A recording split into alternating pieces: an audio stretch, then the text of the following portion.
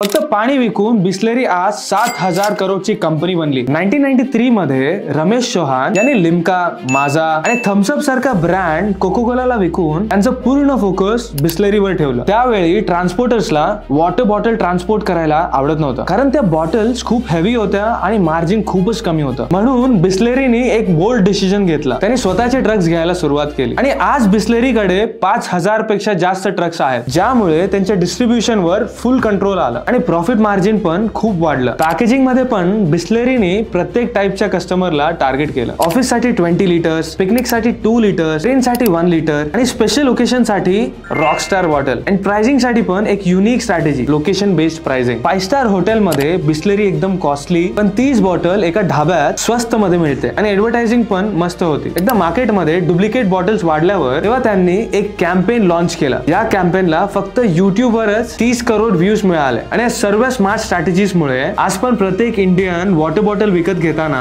एकच लाईन म्हणतो, भैया एक बिस्लेरी देना। तुम्हाला काय वाटते, इंडियातला सगळ्यात टॉप वॉटर बॉटल ब्रँड कुठला आहे?